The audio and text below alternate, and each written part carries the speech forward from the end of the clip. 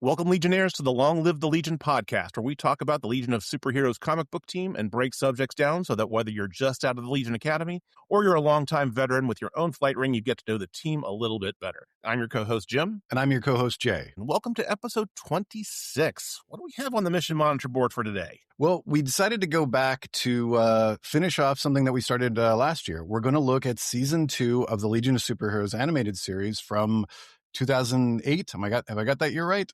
Yep. It was, basically between 2006 and 2008. Yeah. So we wanted to go through season 2. And in order to do this, we have a very special guest who listeners of the podcast will know. And as I joked last time, it is our RJ Brand. Welcome, Case Aiken. Hey, welcome. Thank you for having me back, I should say. I know you're used to welcoming us to your podcast, so yeah, it's, right, it's a little bit different. So Yeah, no, I've been looking forward to season 2 because when we recorded season 1 last year, it was a lot of fun because I know Jay had not seen the show, and you also did not forward into season 2 when you read it. So this viewing is also brand new for you, I think, right? Yeah, so, this was my fun over the holidays. Yeah, awesome. So I'm really curious to find out what you thought of season 2 and comparing it to season 1 and all that. Me too, because I've been awaiting this with bated breath just because season 2 is really good, or at least in my opinion, it's really good. And season 1 I like, but season 2 is where the series, like in my opinion, really steps up. So I've been waiting to hear your response. Yeah, I agree. I think season 2 is better. I only have like one or two I'm going to say big problems with season 2, but for the most part, like I'll just start with this. New Superman, what do we want to call him? Superman from X. the 41st century? Superman X? Superman X is how he's referred to in the show, yes. Okay, all right. I just kept hearing Kal-El all the time, and I was like, okay, I'll go with that. Which drove me nuts a little bit, but yeah, I get it. Yeah, why have something where it's just like a vowel difference? Like, couldn't it have been like a different consonant? Ball it. I mean, there's so much they could have done, right? Like, just give it something so it's not confusing, but as the season was going on, I actually wish they had never brought the original Superman back and they just focused on him. I really liked his introduction. I thought he was a great addition, and he kind of made the whole season for me. Like, just, nice. Hey, we got a Superman who's not really a Superman. And like, power set was awesome. I loved the logo shield and the fact that he's making kryptonite or like whatever those green rocks that he'd use to wrap people up. I just thought it was a great use of a character and they just went in a completely different way. I don't think that character's ever been in DC Comics, has it? Nope. Has he? Nope. No. Unique to the show. Yeah. So like super high points. And I'll just say this, would not be sad if he showed up in actual DC continuity. It was a really nice addition. And I got to call out, let's just say this right from the beginning. The voice actor who is doing both Superman and making them sound distinct enough that you can tell the difference, even though they're essentially sounding the same. Like, that's a great move. And I know, Case, you've got a good connection to him. Yeah. So this is Yuri Lowenthal, who most people know actually as the voice of Spider-Man from the PS4 5 games, but he is a prolific voice actor, and we actually got to interview him back when we covered the Legion of Superheroes cartoon on Men of Steel, my podcast. And so we got to interview him specifically about the cartoon. And one of the things that was really fun to talk about was the difference between young Superman in season 1, older Superman in season 2, Superman X, and then lastly, and we didn't really harp on this one, there's a subtle difference between the hybrid Superman that occurs at the very end of the season. Right. Yeah. So that's 4 Supermen that he is making like vocal distinctions for and doing a fantastic job with. Yeah, Yuri is awesome. And every time he's one of those kind of voice actors that if you know he's involved in a project, you're pretty sure it's going to be something of good quality because he does a great job pretty much in everything he does. When I was watching this, so I'm a huge Twin Peaks fan. And in the season 3 of Twin Peaks, they have a thing where the Dale Cooper character, there's a good one and an evil one. And the voice is done very similarly. So Kyle MacLachlan on the evil one has that same thing where he kind of deepens the voice and makes it much more serious and that kind of thing. Even though, of course, Superman X is, at the end of the day, he's a hero, right? And he's a good character. But that's what jumped out at me when I was looking at this as well. It's a very odd connection, but yeah. But so let's kind of set the stage here with regards to season 2, because we're starting to talk about Superman X and all this other stuff, but we're not really talking about this overarching arc that happens across this particular season. So season 2 takes place about 2 years after season 1 for some of the characters. And I only know that because I was listening to the audio commentary track for the last episode. What happens is there's this battle going on 1,000 years in the future, in the 41st century, and this is where we meet Superman X. So it's one of those scenarios where Imperiex is the big bad of the season, and at the end of the day, he basically goes back in time to the 31st century, into the Legion's time, to try to undo future history and wipe out everything. And that's basically the main driver of the story arc. And Superman X's function is to defeat Imperiex. And so all the other stories that happen over the course of the season kind of take place in that backdrop. And most stories have some element of Imperiex in them, even if it might be minor. He's there all the time. Yeah, he's the big bad of the season. Like he's the Rita Repulsa of season 1 of Power Rangers here. Like the general idea is that he has united all the villains of space. And even though we do have some other villains that are operating, like the idea is that the world has gotten a lot more dangerous because Imperiex is there. He's united a bunch of these, and he's destabilized the Legion and the Science Police. Yes. So like things are worse and a lot trickier than they were in season 1 for the characters. Absolutely, because the first time the Legion comes back into their home time, they meet up with the combination of the Legion of Supervillains and the Fatal Five working together as a team, and that's a pretty tough combo to beat there. So. We should probably set up who Imperiex is, because he's kind of a lesser known space dictator in the DC pantheon. Absolutely. Well, I was watching this and I was kind of fascinated to see that. I don't know if this tracks with his actual comic book origin, but I guess he's apocalyptic. I don't know his actual origin in the comics. Like I know I read the Our Worlds at War story, which is where he is mostly from, where he was introduced as kind of like, I joked that he is DC's ripoff of Apocalypse, who is Marvel's ripoff of Mongol, who is DC's ripoff of Thanos, who is Marvel's ripoff of Darkseid. Like he's just another space dictator. And when he was introduced in Our Worlds at War, which was a contemporary story, it was mostly a Superman story, or at least the leadoff was the Jeff Loeb run of Superman that went into that. He was set up as just yet another space dictator. He had like satellite or like avatars he could send off, so they thought they had destroyed him, but it actually wasn't his main body or things like that. But like he's not a very interesting space villain in the pantheon of like DC Comics. And I think that making him a future villain was a really effective way of using this character. Yeah, it was really fascinating. There was a ton of Easter eggs in this show, for one thing. But when they had that one episode where they were really going into the background of Imperiex, I did notice that there was Granny Goodness in the background, kind of flogging people along and getting people under heel and things like that. So I just didn't know if that was something that was carried over into or from the actual comic book universe. So that was interesting. So I just double checked, and the character from the comic is more of like a celestial force kind of thing. Like he's the embodiment of entropy, is what Wikipedia says. Interesting. You and I both went on the Wikipedia page immediately. Yeah, because like Imperiex, like I was like, no, you know what? I don't know if that's his origin, the one they show in the comic or in the movie. I mean, right. But yeah, I thought that was a good link up for the character. Like it made sense for him to be connected to Darkseid. Like, why not? Why have a character who is so clearly based on Darkseid? Yeah. And not use him effectively like that. Yeah, absolutely. Yeah. And I think the origin really works, right? Because he's basically the slave and he fights his way up to the top of the food chain. And that, I think, worked for that kind of a character, right? When you have this kind of this fascist dictator kind of guy that is looking to conquest all of known space. I think that really worked. And I mean, it's such a Jack Kirby-esque design on this character that it's a kind of an immediate connection, whether they've made that implicit or not. I wouldn't be shocked if even in the comics they could make that jump fairly. And then they hook him up with the Dominators too, which was awesome. I thought I really loved that connection right there. Yeah. I just wish they did the Dominators the way the Dominators were drawn.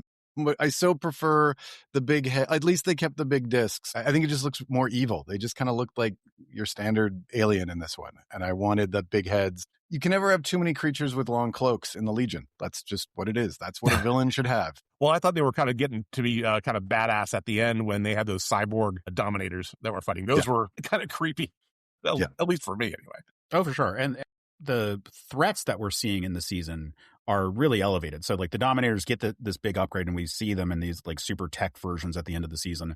We see the Dark Circle, and they're badass when they show up. And like, we see lots of really cool threats for the Legion to face. And it's a good thing that the Legion's a lot bigger in this season too. Yeah, which was an intentional design because apparently when they were first creating, and I think we talked about this on the for the season 1 episode, it's very obvious, right, that they focus on 5 characters, because I think the powers that be, the studio that ran this, they were basically trying to replicate the success of Teen Titans. And so from that perspective, you have a smaller cast. It's I guess easier to write, easier to manage.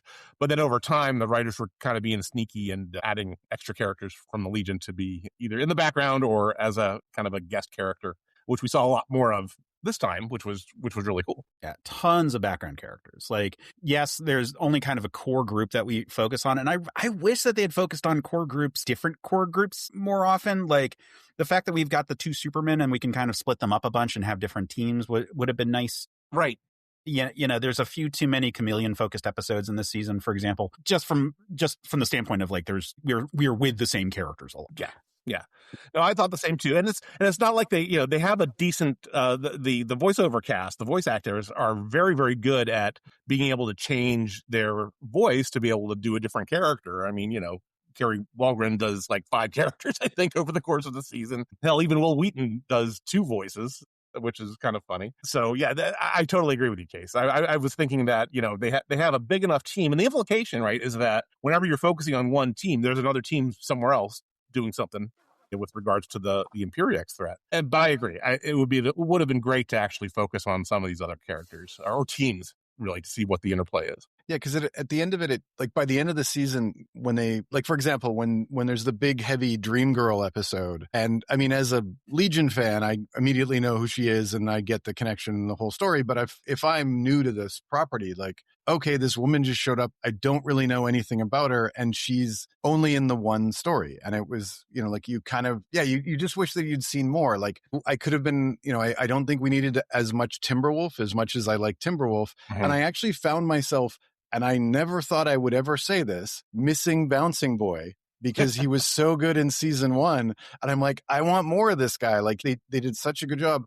That, yeah, it would have been really nice to just say, okay, we've got, say, let's say instead of 5, they said we're going to do 15 characters, and you could just do 5s like each couple of episodes and say, okay, here we're going to do, like, we have Sunboy, and we have Colossal Boy, and we have Block, and we have Tyrock, and they literally never speak. And like, you have these voice actors, as you guys said, like, give them something to do. Let us care about them aside from, hey, there's this guy who grows big and grunts, and that's, or, there's a guy with a mullet and he blows fire, and you're like, give me more, like, give me more of this. I think it would have been a better choice. And again, I missed Phantom Girl as well. I just want to call that out. They did such a good job in season 1, and I wanted more. Yeah, they didn't have her as much, but yeah. I do agree with you about the Timberwolf episode, even though, I got to say, so I didn't really want that episode to be there because, it was like the redo of the Timberwolf episode from the first season. It was just done kind of in a noir style. But I tell you what, I think, that's one of the J.M. DeMatteis stories. And I found myself really enjoying it, even despite myself saying, I don't want this episode here so I can watch something else. Yeah, this season has a bunch of like one-shot episodes in there that feel weird where they fall. Like even the Dream Girl episode, which happens right before the season finale, like stakes are fairly high, but it's the Dark Circle. It's not, and it has nothing to do with like either the Dominators or like Imperiex in terms of his larger plot. And it's just kind of a weird inclusion where it happens right there. And it's a good episode, but like these are all good episodes, but a lot of these like one-off episodes feel like season 1 episodes. I gotta say this, these are not all good episodes. There's a couple in here that I thought were pretty clunky. Fair. But I will say, like, so it's funny when you said that. My first thought is there a chance that these were aired out of order? Like, is there, I know like with a lot of series, they kind of move stuff around. Because I agree with you. Like the Dream Girl one really felt like it was in the wrong place. I mean, not to my knowledge. Okay. But I know that when they were producing this, there were like, I think 3 directors and a couple producers. And when they do animation production, right, they kind of have multiple streams going at the same time. So I don't know if it was a scenario where whichever one got finished first aired, but I guess what it is, I was only watching what I saw on the DVD that I have. So yeah, I was only going with the way Apple put the series together. So I went, okay, these look good, and But yeah, again, I think we were probably overanalyzing a kids show Yes. where they were like, "There's no way an 8-year-old is gonna track this," whereas we're all considerably older than that. And well, and not just a kid show, but a kid show specifically from the window before streaming became the default. Like even DVDs had like DVD sales were really popular at this point, but that hadn't like reshaped the way people did seasons yet. Like these are like still relatively long seasons, all things considered for a kid show. Well, I guess not. They're like 13 seasons, 14 episode seasons. So it's the time when the Saturday morning animation was happening, and you just redo the season once you got to the end of it and just keep playing it. Oh, exactly. And you weren't expecting the kids to, exactly as you say, Case, you weren't expecting the kids to go back and watch 13 episodes in a row, which is how my son grew up watching kid shows. Like he would just turn on Netflix and hit play, and then drive me crazy because he would pick some horrible Nickelodeon show that I still hate. Anyway. Bella and the Bulldogs, you know who you are. So let's talk a little bit about just how I think you guys mentioned earlier when we started talking about this that this is definitely it's a better season. I think one of the reasons it's a better season is that they take a darker tone. I mean, they make the tone is much more serious than the first one. I mean, just think from the get-go, from that first two-parter at the beginning, right? We lose one of Triplicate Girl's bodies, so now she becomes duo damsel, right? And gets her eye back. Gets her eye back.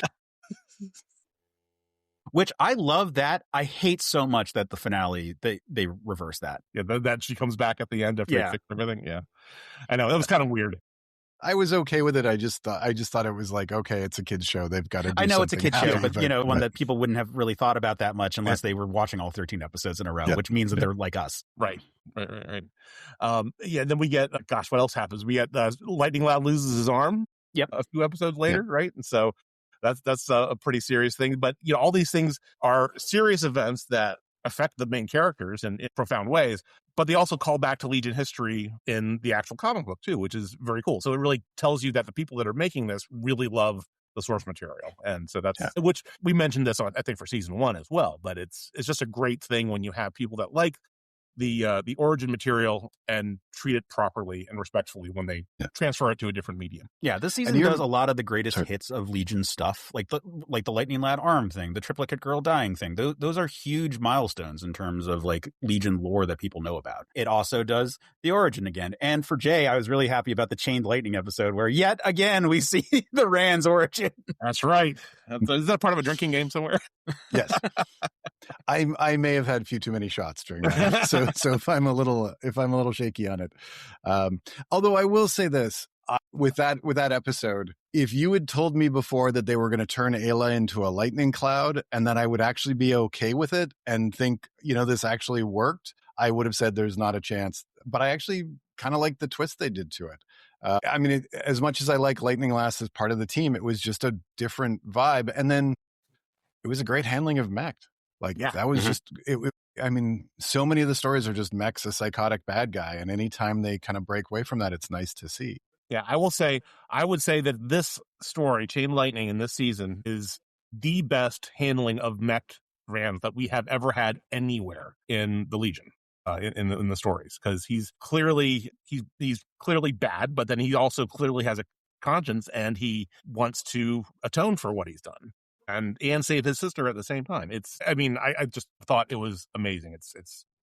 I'm sure we'll talk about this later, but it is my favorite episode of the season. The other thing I wanted to mention, I don't know if we want to get into this now, but when you talk about the season getting so dark, you missed the darkest part of all of this, which is Brainiac 5 killing. The villain, right? Well, that's all part of the whole thing. So it's in fact, this is really kind of cool because when you're watching pretty much most of this season, for the first half of the season anyway, you're like, okay, Imperiex is the bad guy.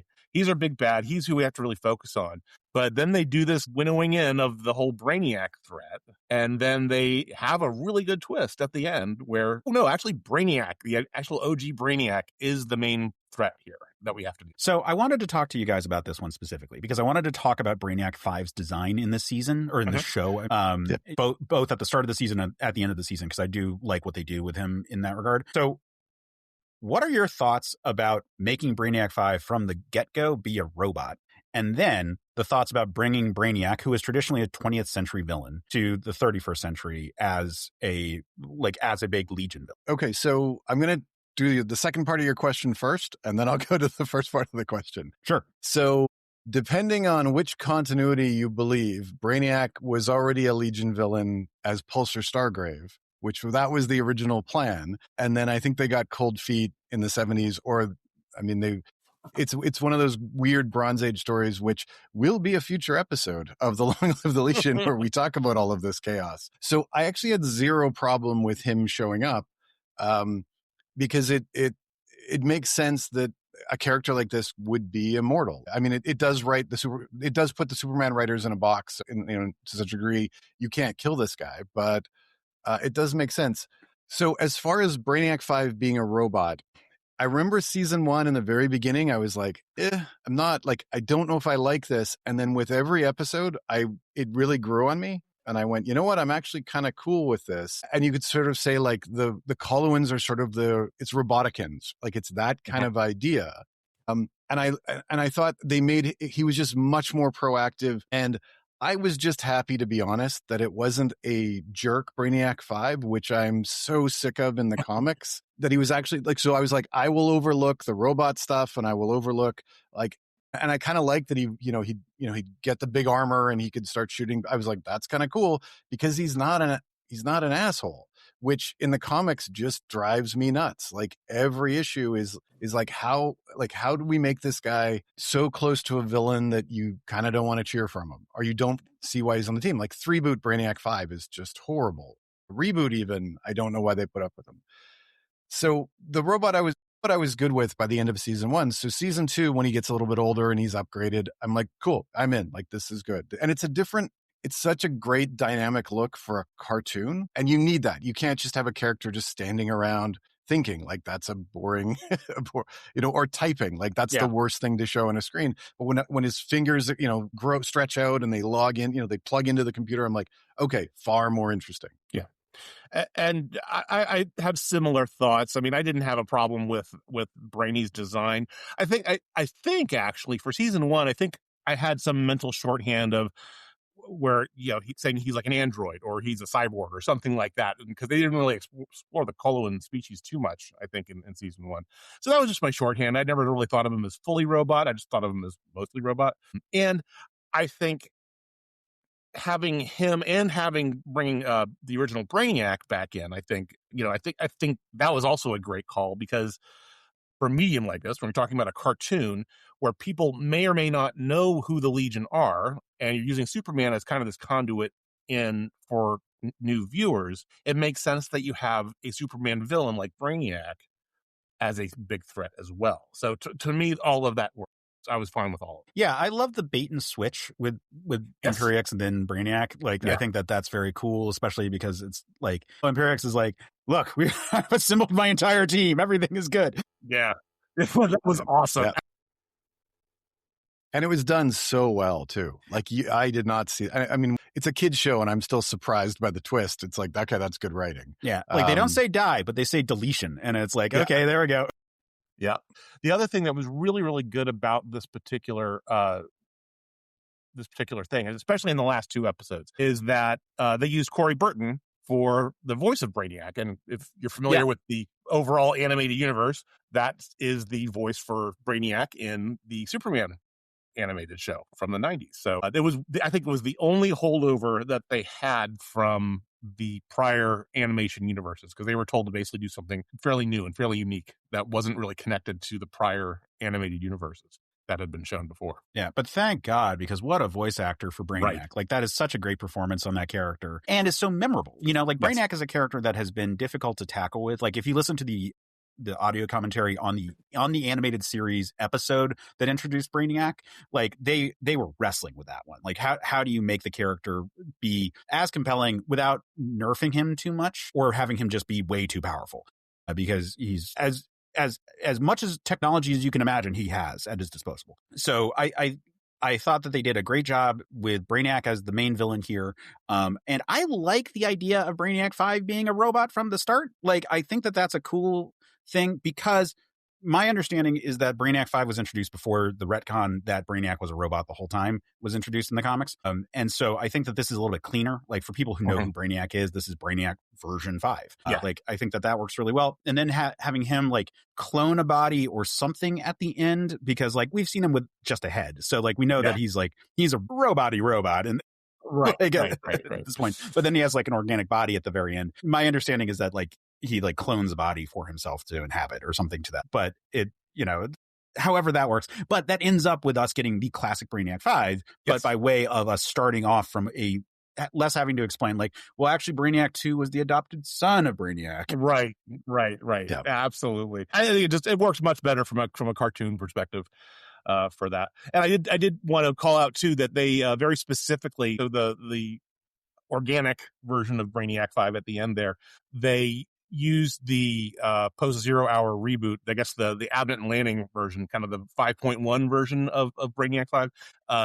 They use him as that template for that particular design, which I thought was kind of good. So let's go ahead and talk about what episodes we liked. I mean, I already mentioned that I thought that Chain Lightning was the best episode of the whole series, but I do have a nice special place in my heart for Message in a Bottle, which was the Kandor story, which was great, and that was mainly because Shrinking Violet was in that particular story, but they also paid a little bit of homage to the reboot Vi, where she becomes larger instead of going smaller. So that was kind of fun. But that whole story was kind of fun also. So what else did you guys like? Case, I'll let you go first. Yeah, Message in a Bottle might be my favorite episode of the season. I really like that. I enjoyed Kandor. I enjoyed Superman seeing his future mistakes as a concept and sort of playing with that territory. Like, kind of agree that it is awkward having two Supermen in the season because there's so much to do. I compared this to the final season of Deep Space Nine when we covered it on Men of Steel, because the problem was they introduced Ezri Dax and they had to like spend a lot of time like setting up this new character, but at the same time they were also wrapping up like 7 seasons of a TV show here. And so Superman X like has a little bit of that feeling there because he's the new character being introduced and he's not part of the team. He's the fish out of water for their team. And we have to sort of explore this all. So I like the fact that we get like a random episode that is just like, oh yeah, this is the status quo Superman kind of story that we were telling in the first season, but with the updated stakes of the second season. Right. Yeah, I think I'm on the same page with both of you. I think Chained Lightning was one of my favorite, the Lightning Lad story. I thought they did a really good job with Lightning Lad for the season, and this was just a really good take on it. And I agree, Message in the Bottle. The other one I will call out just because, and I liked parts of it, but then there were other parts I was like, but I like in the beginning when they retold the origin story, there was enough different that I was, and I really, really liked the fact that the three of them said, let's go solve this mystery. It wasn't RJ Brand kind of pushing them forward and it was them being far more proactive. And I thought that was a great twist, a really good part of that. And I will say this, it was the first time that I actually heard a voice to RJ Brand, and they gave him, I guess it's like a Southern American voice. Right. And it's not ever how I've heard him in my head. So it was always I was just like, you didn't imagine him as Foghorn Leghorn? I did not. I always imagined him as Wilford Brimley. Like that's the voice in my head when I like, the guy from Cocoon, like just that kind of like that old diabetes. Oh, do you want to know the scariest fact that will just blow your brain a little bit? Don't tell me about his age, because I've heard this and I don't want to remember it. Yeah. So in Cocoon, he's basically my age. And he's playing a retired person. And I'm just like, oh my God. So yeah, the 60s aged people really hard. We'll just go with that. Who's that damn? Yeah. Oh, it's the cigarettes and whiskey. Hydration will do that. Yeah. It's all that. So those are, aside from like, I thought, the first 2 episodes, really good setup and introduction of the characters. And then the last 2 episodes, Dark Victory, are great. Those 3 were the sort of the solo ones that really stood out. Yeah. I kind of wish that Cry Wolf didn't happen immediately after the pilot of the season or the season premiere, because I think it's a perfectly fine bottle episode, but it feels like Superman X should be a little bit more established with the team. And it is a very much a throwback to the first season. And like, while it's a perfectly fine episode, it's the first time where we're like, no, we're not going to worry about Imperiex every single episode. And it was like, no, this is a little early for that vibe. Let's have another Imperiex story so that we can continue the main plot of the season before we break off into our special episodes. I know. Exactly. What did you guys think about the K3NT entity that created Superman X. I mean, I thought it was fascinating. I love that he has this devotion to them. Just because they're his affected parents, and it was a cool, weird thing. Is it a call out to anything in Legion lore? Like, I don't know. Like, I don't think so. I think this is whole cloth, but it was. Yeah. I just found it to be very fascinating because it's this really weird, almost arachnid. Also, you just said K3NT, and this is the first time where I like actually thought about it, where that's just Kent. Yes, like I didn't even think about that.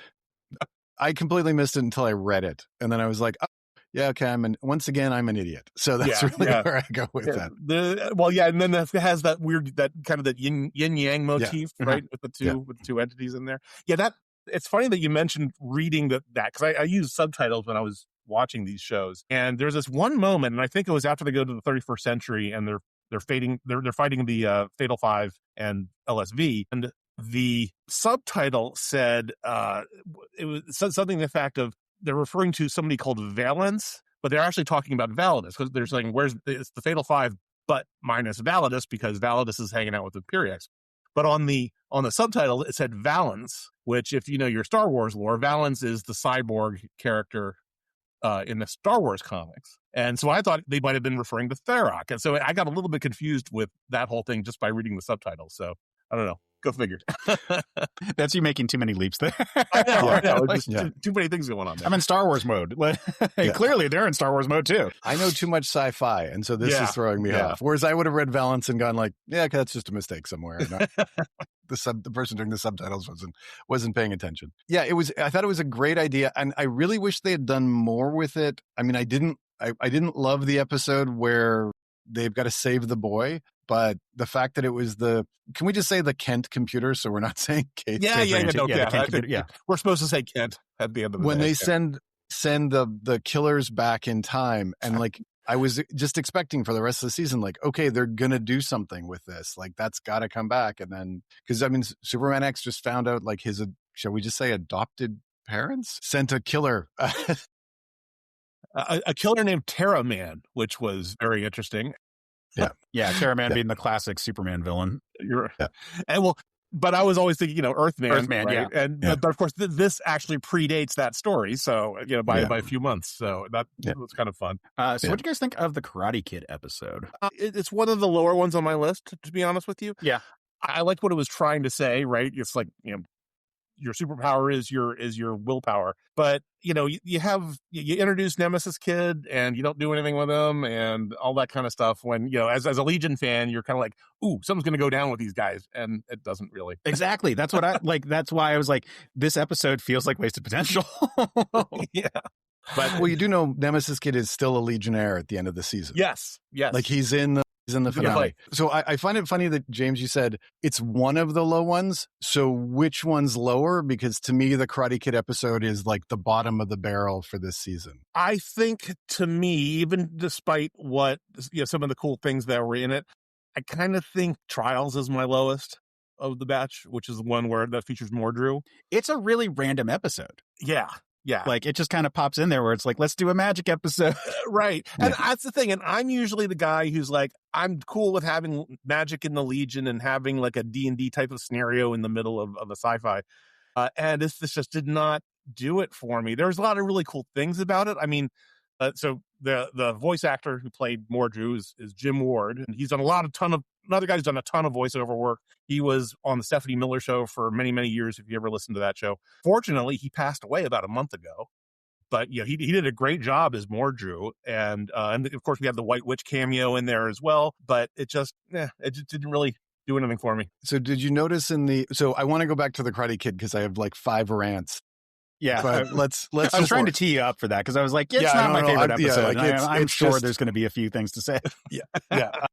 But I just want to go with the Mordru one really, really quickly.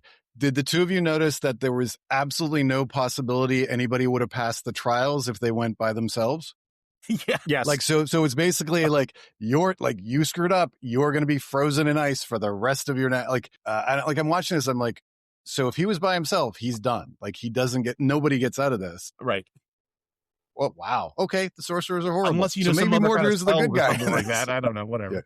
But yeah. Okay, let's see. Where shall I start with how much I hated the Karate Kid episode? So probably first, like, because I love Karate Kid as a character, I was really looking forward to this. So then when it starts going, and I'm just like, whoever made the choice for the accent that they gave him should have been fired. Like, the moment that guy started doing it, just let him speak normally. That just drove me nuts. The fact that he just spoke in cliches the entire time. I mean, it was nice that Cam learned something from that, but it was kind of like, we're going to beat you over the head with this idea. And okay. And then you waste Grimbor and completely destroy his character as well. Oh, you mean and the gift? nothing. Yeah. And nothing makes sense. So like he's throwing metal chains at Cosmic Boy. And I'm like, okay, so this is done. Like the fight's over. Right, I don't get why this is a problem. Nope, Cosmic Boy's getting wrapped up. And then the one that gets me the most is like they're all so against him because he doesn't have any powers and he can't fight. He's going to be in danger. And I'm like, wait, you have Dream Girl, you have Duo Damsel, you have Matter Eater Lad, you have a bunch of guys who are, bunch of heroes who are worse in a fight than this guy is. It's like the whole thing just made no sense. And there's a reason why he never appeared again or like never spoke again. Like he gets that one episode and he's done. Well, he's in like the background at the end, but yeah. But I mean, like, there's no point. And I agree. Like the whole Nemesis kid thing, I was like, okay, they're going to do something with this. I guess that's season 3. Like I agree. And that the funny thing is that I typically really like the tryout episodes. So I mean, like the tryout episodes from season 1 were great because they were a lot of comic relief, and they kind of touched on it here in this season. It's not as well as I think they really should have to make it a more interesting episode. I'm watching this episode and taking notes, and first thing I write down is Grimbor the Gimp, because it's like, I'm like, feel like I'm watching Pulp Fiction. See, now if Karate Kid had pulled out a samurai sword at the end of that, I would have been like all in favor of it, but that didn't happen. You and me, we cool. Okay. Yeah. So yeah, like it failed. I didn't mind the whole fight and the whole thing, like to show that he was powerful, but like, or show that he could fight. It was, I don't know, it just didn't work for me. And I would say, like, to me, that's the worst episode of the whole series. Like, I can't think of anything season 1 that irritated me that much. So fair enough. So what did you guys think about the Who Am I episode where they have Cam kind of going undercover? I like the premise a lot. I wasn't joking that much when I said there's a lot of like Cam focus in this season. Yeah. And so it was like, just, okay, cool, we're doing another Cam episode. I like the twist that Superman was also an imposter this whole time. Yeah. I thought that worked really well. Yeah, I thought it was interesting, and the reveal. Yeah, I overall like it. It's a perfectly fine sort of standalone episode. Yep. Yeah. I had similar thoughts, because there's a lot that I liked. I didn't expect to like it, I think, because you have the whole, Brainy's kind of floating around in that kind of really cool hover chair. And then this was kind of interesting, because in this episode, Superman straight up says, or I think it's Ron Carr as Superman, but he says something to the effect of, the Legion taught me how to be a hero. Right. And that's kind of the whole kind of purpose of the Legion. Right. That's really the kind of a foundational element of the whole team, comic books and everything. And the Ron Carr part of it, it really made me more invested in the story. And that's a credit to the writer. I think that's a J.M. DeMatteis episode as well, if I'm not mistaken. But I did think it was funny, because when they do make the discovery of it being Ron Carr, he has this Shatner-esque delivery of the line. He's like, I'm Ron Carr. So that got a good laugh out of me. But I really enjoyed it a lot more than I thought. I wasn't expecting to. Yeah, I think if that twist hadn't have happened, like if it had just been straightforward, he couldn't get back to his personality, I don't think it would have worked as well. I mean, there's also the moral questions of completely overriding somebody's personality, and like, how does that work? But yeah, I agree with you completely. Like I wasn't expecting much, and I agree, like there'd been a little bit too much Cam by that point. Like it seemed like every episode, it's like, hey, we have this new toy that we're going to just use as much as possible, but then not use as much as possible, because he really only changed into like 3 creatures, and that was it. And it was just the same thing over and over. So, and I thought it was just a great premise of like, I love those episodes of like Cam going undercover as somebody, like in the comics, like those, it's a great story from the, from OG Legion. But yeah, it was the twist that made it. I mean, I hate the whole like, hey, there's one missile we have to destroy, and that's going to solve all of our problems. Like, yeah, that was like, a little bit. Like, who designs that? What was the thought? But all in all, it was a nice episode. And I thought it was much better. Like, DeMatteis also wrote Cry Wolf, which I'd put at the bottom of my list. So it was a good, like, bounce back for him, if that makes any sense. Like, it just was a much stronger episode. So yeah, and since we already know everybody disliked the Mordru one, instead of focusing on the episodes now, because I think we've kind of broken down most of those, I just want to think sort of overarching, like, what were the things you really liked about season 2? Like, we talked about, like, all the characters they added, and we've got to see much more of the team. Is there anything else that really kind of struck you? Well, no matter what, I have to shout out the fact that Superman and fused with Superman X might be my favorite look of Superman of all time. Yes.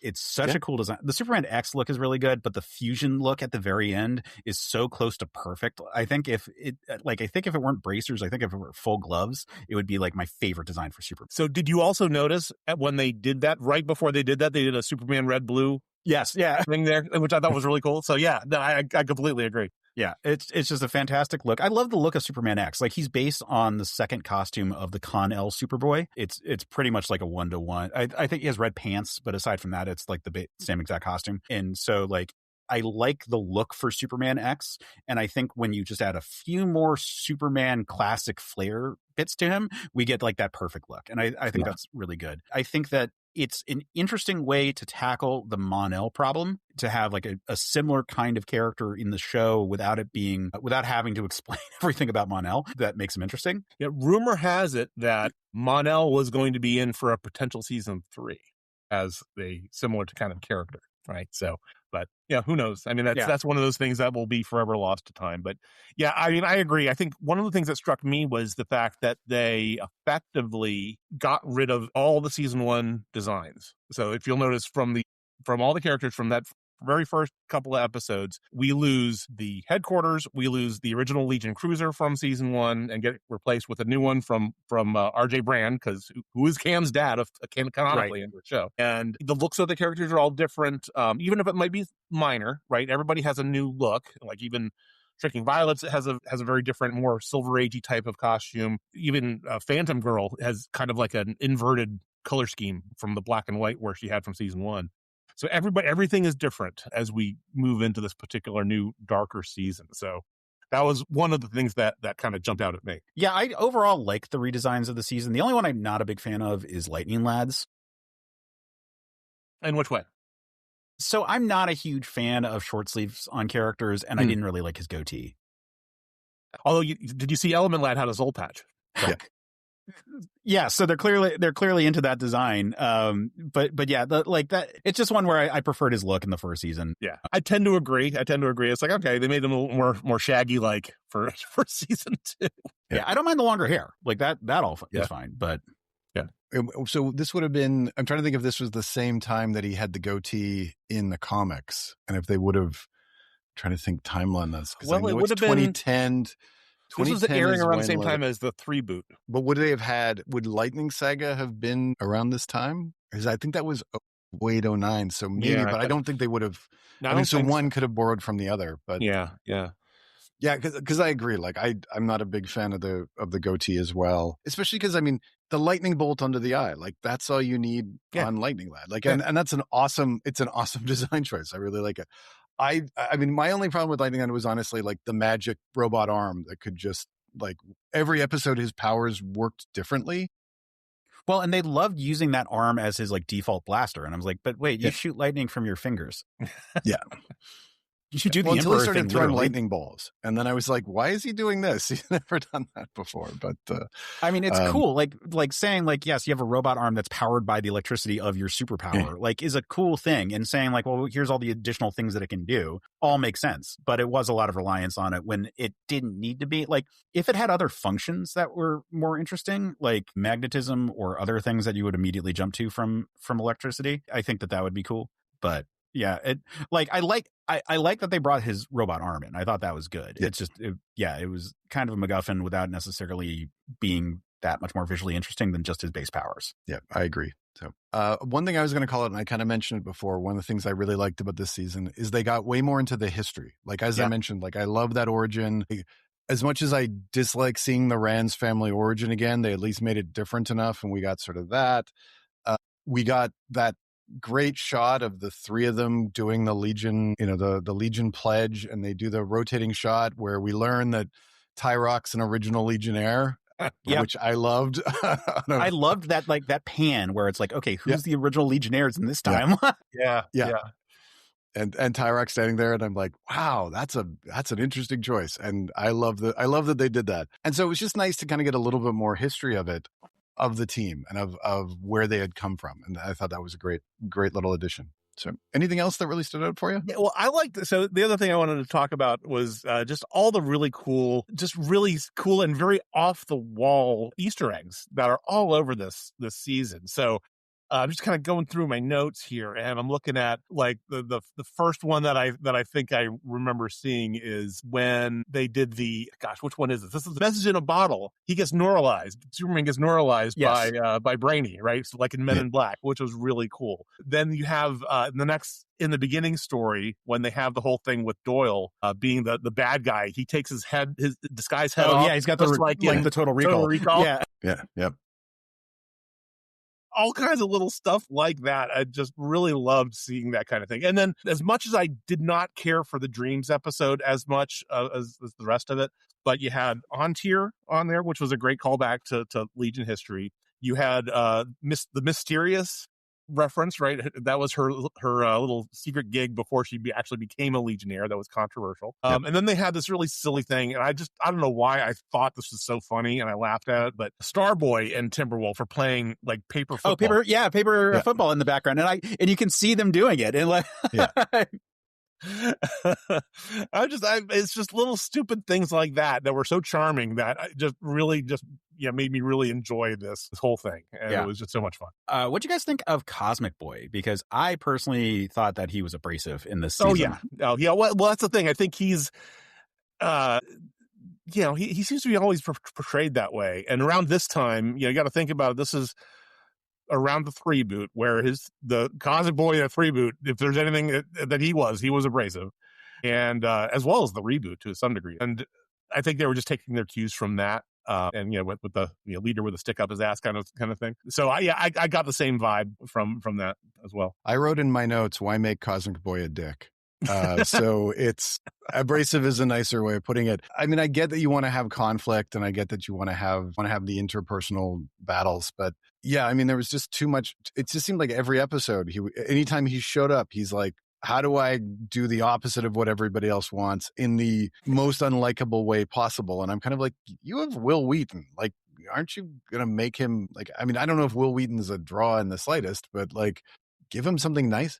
Or expensive, because he's not in that much of the season. Yeah. And show a reason why these three are friends. Like, instead of having them just bicker and bicker and bicker, why would they come together and do this? What's the connection? And then why would anybody listen to him at a certain point? And it was kind of funny, because I think they were trying to make it look like Lightning Lad was this short-tempered guy who was constantly needling him, but you end up sympathizing with Lightning Lad because you've seen him more, and because Cosmic Boy's kind of wrong most of the time. Like, it didn't work. I didn't get it. So yeah, the Karate Kid episode is that, and in the beginning are very much showcases of that exact attitude that you're talking about. No, for sure.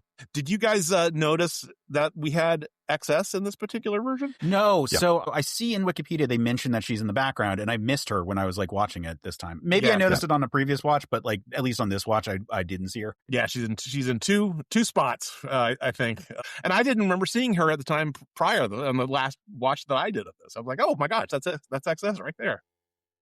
Well, I will say, in your defense case, the only reason why I noticed her is because I actually paused the scene, because I wanted, because I was like, okay, who's here? Because I think one of the ones that she shows up, and please correct me if I'm wrong, is right before the final battle with Brainiac, when like the entire Legion is standing there. Yep. And I'm like, okay, I got to pause this, because I've already paused the series enough to try to figure out every logo that they flash back to kind of go, okay, who do they consider team members? And I wanted to see who was there.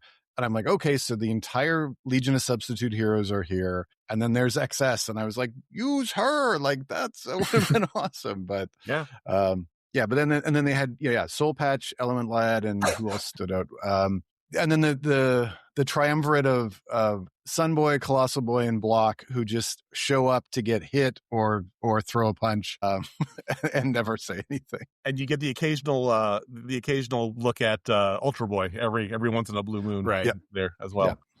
Yeah. So a couple other things that I got from the director cut commentary track from this that I just wanted to make sure we ran by through here, which is really cool. Let's see. I mentioned the fact that they wanted to have a kind of a unique look for the Legion and for the kind of the show itself, all up. So that was kind of cool. The voice actor who was Brainiac 5 at the time, he was actually performing in the stage version of Wicked, which is kind of interesting, especially in the world that we're in as we record this, which is post the Wicked movies. Let's see. They wanted, so in that final episode where Brainiac / Brainiac 5 and Superman confront each other, and he puts the that green kryptonite ring on his head. They originally wanted to make that as like a crown of thorns motif, but of course, that got shot down really fast, as you can imagine. The other thing that was really kind of cool here. So when Brainiac would go through and start digitizing everything, as you notice, right, there's that kind of that interlac-like scroll of data, right? They wanted to make that as an homage to the Matrix. They wanted to do a Matrix version or an interlac version of the Matrix scroll. Yeah, I would say after watching this, it's a shame that this show was canceled, not because of a ratings issue. Like it had a good viewership. I mean, I don't think it wasn't doing like Batman the Animated Series numbers, but it was doing really good numbers for where it was. And it ended up getting canceled because of like just network issues. Yeah. And that's a real shame. So insane when just like the fact that this show was made in the first place never ceases to amaze me. Yeah. And the fact that it got a second season doesn't cease to amaze me. So the fact that it didn't get a third season and it wasn't because of viewership is amazing to me. Yeah, exactly. Yeah. So I agree. And it's kind of funny because the more I think about this, the more I think like if I'm pitching DC properties for an animated series, isn't this one of the top 10 like that I would go in with because of the strength of what I can do animated wise? Because I mean, on one hand, it is crazy, especially when it was made, because the Legion is at the bottom of its I wouldn't say the bottom of its fan support, but it's not doing like 80s kind of numbers, right, in sales. But like you walk in and you go, well, we already have like 50 characters. They all look different. It's science fiction. We've got spaceships. Like these are toys that we can sell to anybody. We just have to get the show to work. And I mean, I kind of look at it and go like, well, yeah, why not? Like, why not this one? And I would make the same argument now. Like if they're expanding the DC animated universe, if this isn't one of the shows they're considering, I don't know what they're doing. Because if you're going to sit there and say, yeah, Creature Commandos has this great marketability,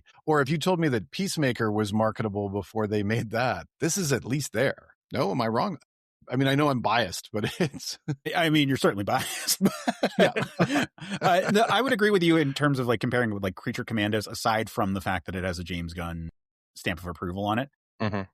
The fact that it's not on HBO Max drives me insane. So like I first found this show, let me phrase that. I first found the show when it was airing, but it was like in season 2 and I missed it. But then when it was on the DC Universe app, it was how I watched it. And so it was on streaming very briefly. And then they shut down that app and merged everything with HBO Max. But they didn't bring this show for some goddamn reason. Yeah, I just broke down and just bought the DVD.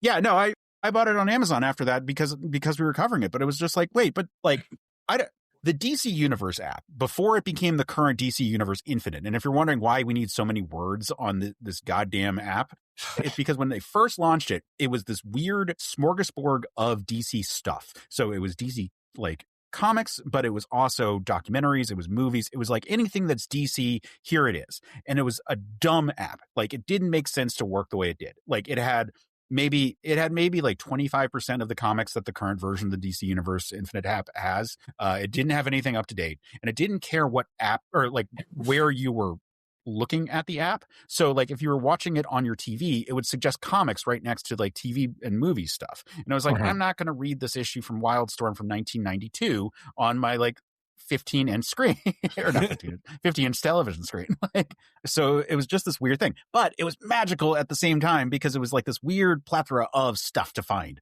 And so like this show was a great thing to discover on there and like watch the whole run of it start to finish. And so the fact that it's not on HBO Max and like it could be, and you could be getting some of that attention, like the same way Young Justice got some of that attention. Yeah. You know, would be great. But yeah, absolutely. That's how I found Young Justice, actually. So was on the HBO app. I just think there's so many people making these decisions who, if they're not a fan of something, they don't think anybody else is a fan of something. Like it's that very myopic view of like, you know, well, I like this, so too bad. And I don't like this, so I don't care if anybody else likes it. And yeah, I don't get it either. Like you would think, if you were DC, you'd put together like for that HBO, like I think of like the Disney Plus app where there's that whole page of like, here's everything Marvel. Here's everything you could possibly find. We have every animated thing you can think of. You know, here's even like a season of this one animated Iron Man show that only lasted 13 episodes, but it's here. Like, why not? Why isn't DC doing that? Or why isn't HBO? But I mean, there's a reason why they're getting sold. There's a reason why they're like, the reason why they're in financial trouble. And part of it is, I think it's been bad decision-making across the board. So there's my rant about Warner Brothers. It's a good Sunday rant for me. Let's see if we can figure another topic I can go off on. So just to continue the conversation here, I actually looked on Wikipedia. I went to they have a paragraph about the proposed third season of this particular show. So I just want to read this real quick. It would have taken place 3 years after the end of the second season, introducing Censor, Magnetic Kid, Supergirl, Tellus, Princess Projectra, and Shadowlass, while expanding the roles of background characters Block, Wildfire, and Dawnstar. So there you go. Additionally, Kal-El would still be a regular character, but have a reduced role, with Wildfire being his replacement. The main focus of the third season would have been Brainiac 5 returning while trying to redeem himself after the second season finales, and Brainiac 6 trying to destroy the Legion, who I guess is who we saw at the very, very end. And then also producer James Tucker planned to make an adaptation of the story of the Ghost of Pharaoh Lad to introduce Pharaoh Lad's long-lost twin brother. So what could have been? Would have been fine. All I got to say is if Wildfire was a background character, I never saw him in any single panel. And that's why I'm taking some of this with a grain of salt there. And too. God knows I was watching for it. So because his logo was showing up on every single opening credit sequence, and I'm like, come on. But yeah, it's amazing that we see Block so much, but we don't see Wildfire. I know, it's really, really strange. And we saw Dawnstar. So yeah. And I've said this about Block before as well. Like, how is he not used more when he's literally the perfect kids animated character? Like, he could have been Groot for the Legion, you know, because you have this, you know, almost childlike superhero who's big and strong and is nice to everybody, and it's like you could have had a blast with him. But I agree. No, he just stood in the background, and then I think he comforted. Violet. Who did he comfort? Violet in the one episode. That was it. He got that little moment. Yeah, when they were doing the whole Star Trek 2 shooting the coffin out of the the airlock. Let's see. Did anybody else find that like really fast? Like he's just been announced dead. It's like, let's shoot him into the sun. It's like, no, and then immediately they're like, he's not dead. Never mind. We got like, no, you don't want to wait. Like he's Kryptonian. You don't want to wait just maybe 48 hours just to make sure. I feel like a big part of the Superman legend is like the death and return part, right? Right, exactly. I made that same note. But I was like thinking that when they shot him into the sun, it was just going to be the sun was just going to supercharge him. You know, instead of this weird, like, oh my gosh, I can sense him now. That was a little bit weak on that last episode for me. But and then whatever that transfusion was all about, that was just very strange. I don't know what they were doing. On the director's cut, they basically said, don't pay any attention to that. I mean, it made enough sense that like Superman X's blood is very similar to Superman's blood, but it specifically has resistance to kryptonite baked into it. You're trying to deal with the kryptonite poisoning. He's already like your clone. This makes enough sense, but Sun Dipped Superman was like the logical choice there. Yeah. And if you're going to do the Crown of Thorns, you could have a great resurrection moment and just go full. Exactly. Yeah. Go full Superman as Jesus, which we've seen enough in the movies. So it wouldn't, they could have done it in the animated show. So, all right. So I think we've talked probably as much as we can about this show, but before we go on and start talking about some of our email, I'm just going to ask each of you guys, is this something that a Legion fan should be watching? Yes. Simply yes. If you're a fan of the Legion, if you haven't seen it, I'd highly recommend checking it out. Yeah, I would say so. I think that this is a really good sort of synthesis of a lot of the different Legion stuff. Like we get like 3-boot era Starboy in here, for example. We have designs that are are later kind of concepts, but also a lot of like the biggest hits, like classic stories, like good takes on characters. We talked about like the Look for Saturn Girl being like a really good one, for example. You know, we do good versions of the story of like, you know, of the lightning trio. We figured out a way to make Ayla kind of interesting and different in this one. That like, this all could be a perfectly fine continuity to start with. Like if you were trying to like set like here's your ultimate universe Legion of superheroes, or just your animated universe Legion of superheroes, and you just are happy having this being like a very straightforward kind of adaptation of it that takes all these disparate elements and mixes it together in a way that is a consistent art style and a consistent character style for everyone. I think it's a really strong show. I don't like, it's not a perfect show. Like not every episode, even the best episodes in the season aren't amazing. Like they're great, but they're not amazing. Nothing here touches the level of like the Justice League Unlimited stuff. Like the highest highs don't quite hit there, but the worst episodes aren't that bad, and it's a fun show, and it's like, and also it's Legion. Like how often are we going to get shit like this? Yeah. No, for sure. Yeah. I mean, I would disagree with you. I do think Chained Lightning is just an absolutely amazing show. I think that's, you know, that rivals some of the best Batman animated series episodes. Like I remember watching this and thinking, this really gives me the same vibe that I got when watching Robin's Reckoning from the original BTAS series. And because it was just really, there was a lot of emotion in both of those stories. So I really, that one I think is the best in the whole show, both seasons. But let me ask you this, Case, based on what you were saying. Do you think this is a good, if nobody's ever heard of the Legion, is this a good thing to start with and then jump to the books? I think this is a great primer. I think you get all the big story beats and a lot of the relationships like established really well. You see enough of the background characters, and they're not awkwardly inserted background characters. You just know that the Legion is big and there's a lot of members out there. Right. So I think that it sort of sets you up to like know who all these individuals are. I think it does a really good job of being, here's the Legion of Superheroes, take it or leave it. Now I'll ask this. Is there, because we talked about this on the last episode when we talked about season 1, this is probably how most people know the Legion, right? Like, I mean, it's doing a viewership of 2 million viewers a week, which is far more than any comics ever. Is there something that you think they should bring from this to the regular comics, like where you'd say like, okay, we want to get some of those fans? What do you think, like what worked the best? Like what is something that you think should be in regular DC continuity? Superman X. Yeah. Bring him over. That's the first thing that came into my mind as well. Yeah, absolutely. Because everything else is like, here's a streamlined version, or here's like a retelling of some classic Legion thing. Superman X is such a great insight and introduction for a thing. I would really love to see that character be brought back, and it created such a good dynamic of here's 2,000 years in the future is bad, and going back in time to save the far future by being in the future is like a cool setup. Yeah. And like he's got such a nice dynamic there, and he's the Wolverine version of Superman. He's got Superman shaped blades on his hands. Like he's cool. So there's that.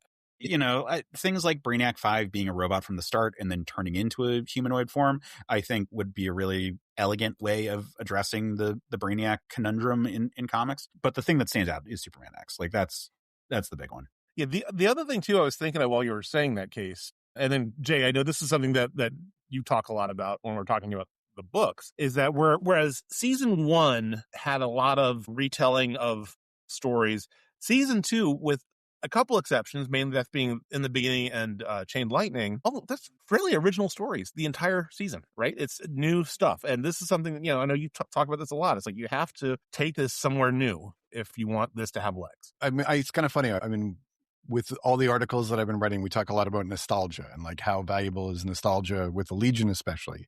And I've always said, yeah, if your nostalgia is great as long as you're moving forward. People will accept change if the change makes sense. Think about, I mean, when I kind of always go to this, like when I was a kid, Nightwing and Starfire were the couple. You weren't breaking them up. Or Jean Grey and Cyclops, or like all of these all of these relationships that you think these are written in stone, they've all been broken up. They've all moved on.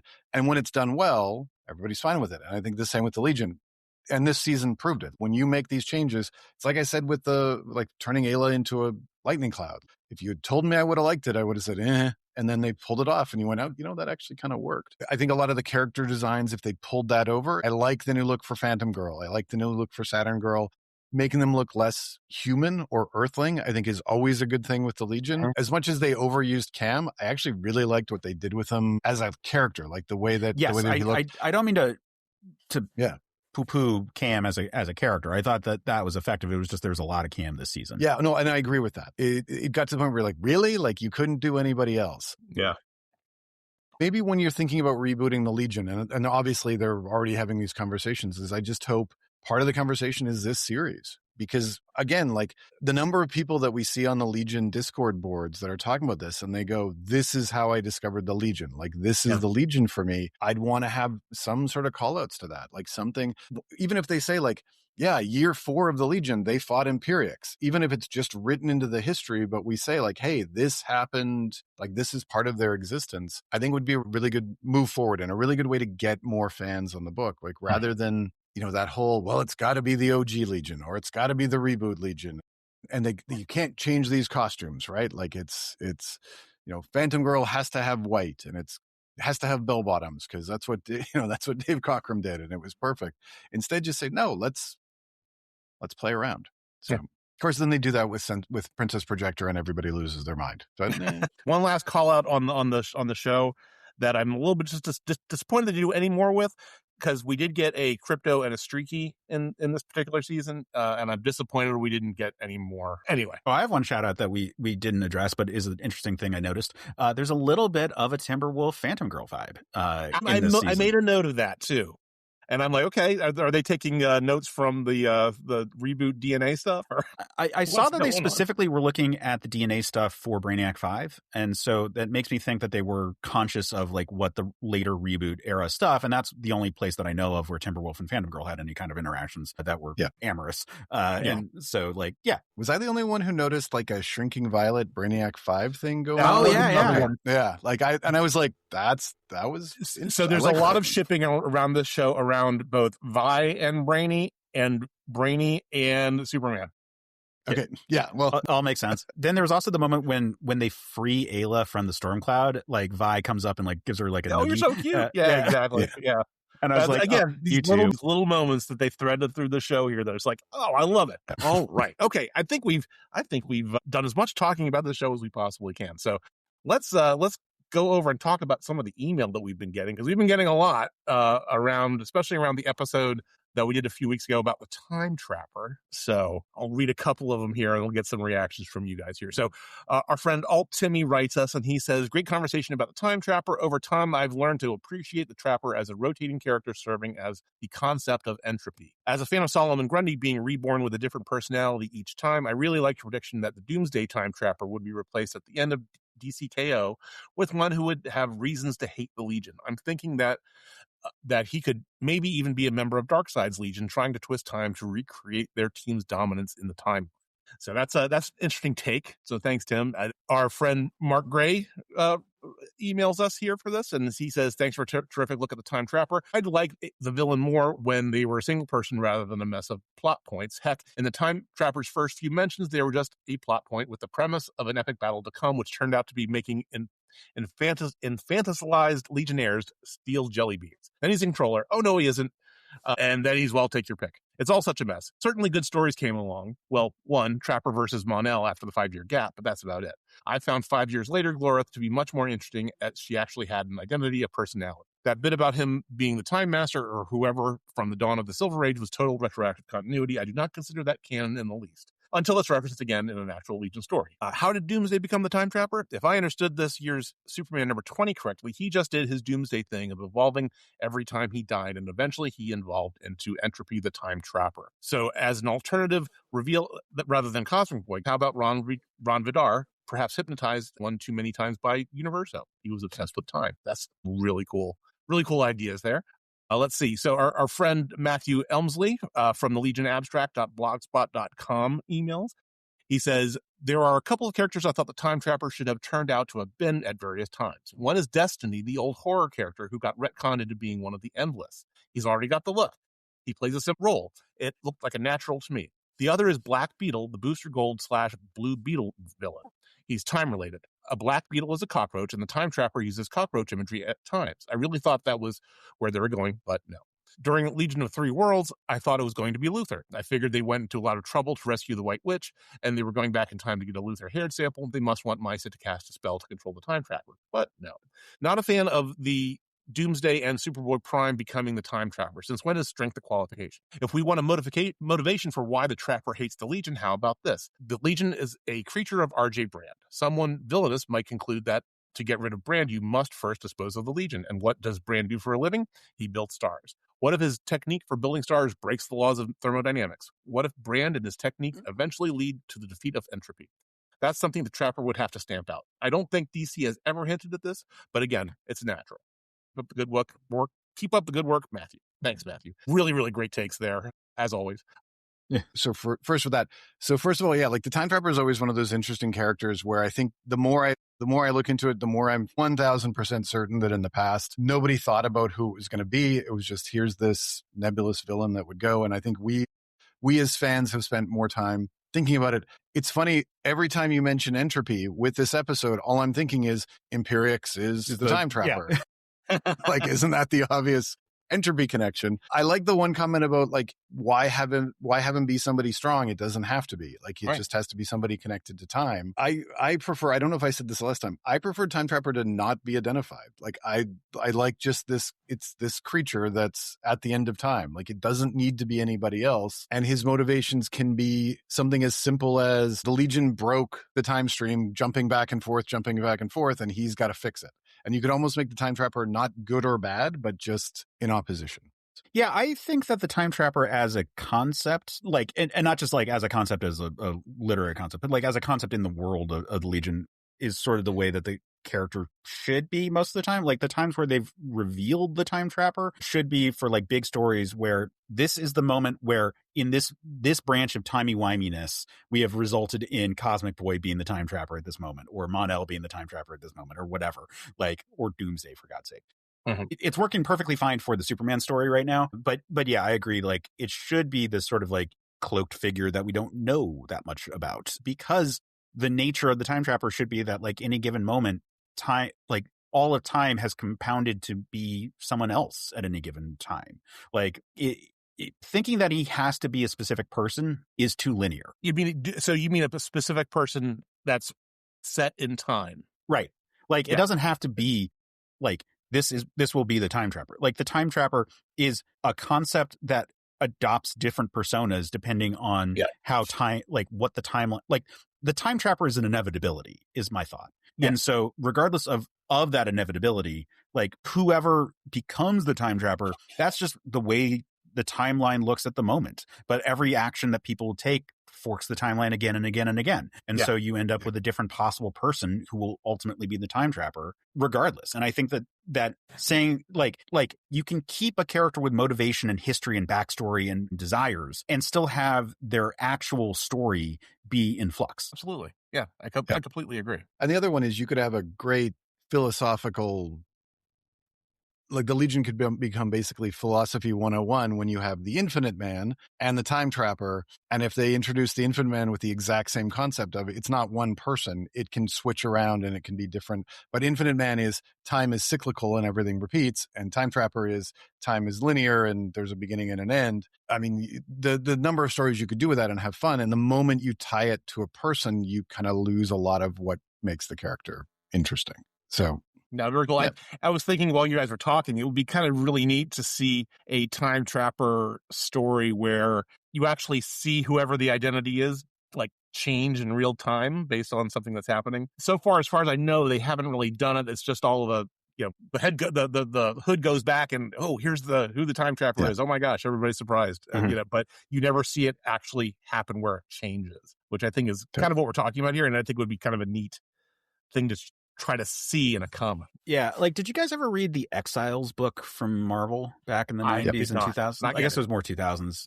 I'm talking about the one where it was sliders but with superheroes. They had a later story, I think it was like the following, like, the relaunch of the book that happened more like around like 2010 or a little bit later, where they tried to argue that, like, the nature of what the mission that they were on kept changing because reality kept changing. So, like, the players, like the members of the Exiles team, were always consistent, but like there was initially this like idea of like there's a timekeeper and he is the thing that like put them on the mission to save reality. And then it was revealed there's actually like these time breakers that were like pretending to be the timekeeper. And then it was revealed to be Kang, who was pretending to be the time breakers, who was pretending to be the timekeeper, and like getting more and more complex. And the argument was that complexity is fine because it's just reality is sort of trying to adopt whatever is a consistent through line for the moment, but it will fork and fractal in different ways as things go on. And I think that that's how the time trapper is in my mind. Yeah. Because similar to like how they were doing the sacred timeline, right, in Loki. Yes. Right.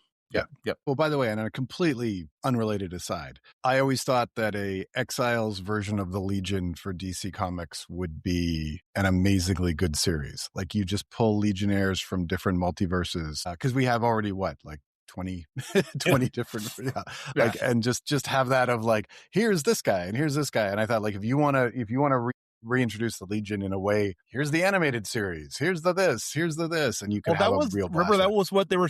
Well, theoretically, who knows if they actually had any plans with this, but after Legion of Three Worlds, the post-Zero Hour team was supposed to be the Wanderers, right? So, which I don't think ever panned out. So, all right. So we got two more. One is, and I think these are both good to have Case here, because these both relate to Superboy and some of the Superboy discussions that we've been having lately. So Todd Mitchell writes in, he says, wanted to write in for a few episodes, so I am now. I just listened to the Time Trapper episode, and I had to chime in about Mon-El. You guys were saying that the Pocket Universe didn't make sense for Mon-El because he had lived through time in the Phantom Zone. But I think that, in fact, Mon-El is actually the intimate product of that Pocket Universe, or the ultimate product of that Pocket Universe. Mon-El only survives to join the Legion when Superboy rescues him from lead poisoning by putting him in the Phantom Zone. My thought is the Time Trapper made it happen in his Pocket Universe, and this is even more interesting when 5 years later, when Mon-El is resurrected and it's revealed that the Time Trapper had prepared him as his escape hatch. From the dialogue in issue 4 or 5 years later, even the 1,000 years spent in the Phantom Zone was to strengthen his mind as part of that preparation. I think that sets up the whole Pocket Universe thing. Was at least partly planned as a way to send off Mon-El and bring in Valor. It does not do anything to redeem the Crypto storyline, however. So, sure. The Phantom Zone as a bridge between the Pocket Universe and a different reality, especially if it's motivated by the Time Trapper, makes a ton of sense. It just isn't expressed in the actual story. Yeah, exactly. I mean, I love the idea. Well, I kind of love what he's saying here. Except for the fact that Mon-El's tied to Eltro, which throws a ton of that off. And it's in 5 years later, they show that Eltro is still in his brain. Yeah, I know. I know. So it's like 5 years later, it just gives headaches. That's all I can say. 5 years later, you're so much fun. And then this is the one I wanted to have your take on here, Case, because Martin emailed us again about Superboy. And this is, as regards the comment, it's always been that issue with Superboy over time. When does this actually happen? Because I think we made that comment during the show. And Mart says, actually, that was all sorted out in 1971 when an official sliding timescale was established, fixing Superboy's time period as 13 years behind Superman. This was revisited in 1980 after the timescale had drifted again. And he's attached a couple of relevant pages that we'll put on the we'll post online when we publish the episode here. The strip is from Superboy number 171, and the text page is from the New Adventures of Superboy number 2. If the Baxter Legion creative team should have been paying attention to their sister comics when they would have known this. Having the 30s looking cars and clothes and issues discussed was all wrong. So that was, I guess we had talked about the fact that when they go back to Smallville, everything looks like it's about 50 years out of date. Yes. But that's John Byrne not paying attention to anything else that DC was doing. Yeah, I mean, John Byrne created it was like a Pleasantville situation for Smallville in there. Which is what the point of it all is, getting into the logistics of 13 years before 1987, so we're talking about 1974. What is the look of all this? Now, would it look like Dazed and Confused? Maybe.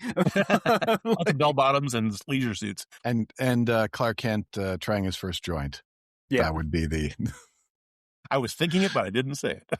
Oh, I'll go there. Him and Pete Ross. Yeah, that's right. Passing it back and forth. All right, new person I want directing the next Superman movie. That's Richard Linklater. Let's make it happen. Oh my God. Yeah, it would have a great soundtrack. Okay. That's what people want. Yeah, that's right. Give the public what they want. Damn it. All right. It'd be Superman and Lois Lane on a train through Paris. train through France, just talking that's your movie right there with great music in the background. Yes. Well, hell, All I right, mean, do we have any other emails or did we? that was it. That's all of our emails. Awesome. Always love seeing them. And always some great comments there that make us rethink our takes. Absolutely. Or provide extra details and good background information. All right, so let's wrap her up and sign off here. So, Case, where can folks find you online? Well, people can find me all kinds of places online. I'm going to direct them first to Men of Steel, my podcast on Superman, where we talked about the Legion of Superheroes quite a bit. We've done it quite a few times, but in particular, we talked about the animated series, and then we actually interviewed Yuri Lowenthal. So that was a really cool pair of episodes that we did. This was several years back. And then more recently, I got a chance to actually interview J.M. DeMatteis. So we've talked about a lot of people who are involved in the show. So that's Men of Steel, which is a Superman and Superman adjacent podcast. You can also find me on Another Pass, which is a movie analysis show. Y'all have been on a bunch of my stuff. I can't even keep track of all of them. But yeah, so those are the two big things that I'm doing podcast-wise. You can also find me on the YouTube channel for certain POV media, or you can find me on the socials at Case Aiken on most social networks, except for Instagram, where I'm holding on for dear life to my AIM screen name from high school, where I'm Quetzalcoatl 5, which, yes, is a Brainiac 5 reference. Awesome. All right, Jay, how about you? All right, so I write a weekly review column of Legion issues. I am currently in Legion Volume 6. I can't believe that they're Volume 6. Yeah. So it's Paul Levitz's return to the Legion, and we're just getting hip deep into Earthman and why he drove sales away like you wouldn't believe. You can find that at jmlonglivethelegion.blogspot.com. You can find me on Blue Sky at jmckiernan.bsky.social. And you can find me either on Discord or on Reddit with the username Drake Burrows. Jim, where can they find you? All right, and I have my Legion Reviews website at jimboslegion.blogspot.com. You can find me personally on Blue Sky at jimbofett.bsky.social. Reddit at JimboFett87, and on Discord as JimboFett on both the Legion Fan Club Discord as well as the Certain Point of View Discord. So if you want to follow the podcast or send us email or get access to the Legion Discord, we're at longlivethelegion.bsky.social on Blue Sky, or you can send us an email and tell us what you think at longlivethelegion2025@gmail.com. Give us a 5-star rating on your podcatcher of choice, or give us 2 or 3. It all makes us look better in the end of the day. So with that, we're going to turn off the mission monitor board, and we were going to say, long live the Legion. Long live the Legion.